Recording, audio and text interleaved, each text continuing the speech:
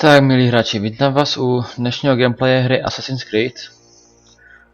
Jak vidíte, nevím, jestli to poznáte, ale hraju třetí pokračování Assassin's Creed Brotherhood. Hra není nejnovější, je to už, nevím, vyšla v roce 2011, takže jedná se o starší kousek, ale nejbrž velmi kvalitní, jelikož je od Ubisoftu. Tak, co dneska budeme dělat? Spadnem, nespadnem. Skočíme, neskočíme. Zabijem. Jak to uděláme?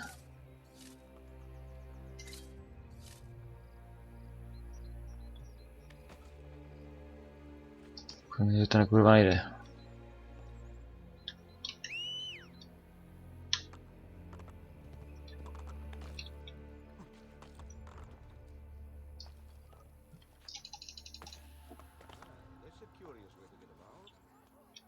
Aha, to nejsou strážní, no, tak to asi nezabiju. Dělám to jako koňa, sakra.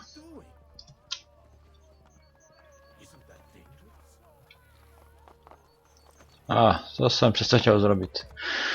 Tak, jdem se projet teda. Pozor, jedu. Šmaria. Ty oni mě nechají být, jo? Tomu nevěřím. A já furt kurva se strašně vyhýbat, no. To je nic. Tak, jedem dál teda. Tam je něco blíká. Jestli to bude nějaký úkol.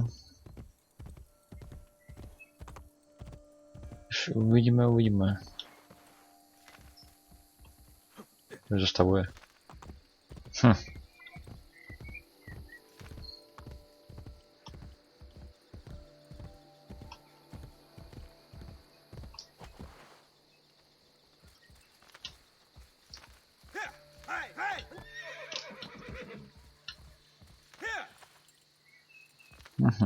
Tak uvidíme, no.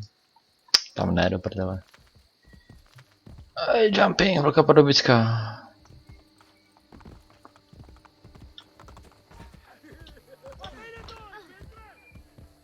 Strašně vadí, jsem dolů, ježišmarja. Bacha slečno. Že fyzika opět velmi reálná. Přijedu člověka. Můžu střelit nebo ne? Paradička. Co chceš kurva, co chceš do piče? Vedle. Zde nebrba. Kurva, oni běhají rychle ten kuň. To máš tady zle. Myslím, že v první díle ani střelet nešlo, se mi zdá. Já jsem první díl hrál, ale to už bylo taky. To už je roky a roky daleko. No, to posledním.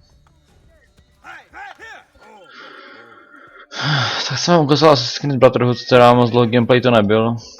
Tam tohle byla jen taková zkouška. Vlastně takové první videjko. A stránky PCGaming.cz. Tak, tímto se loučím.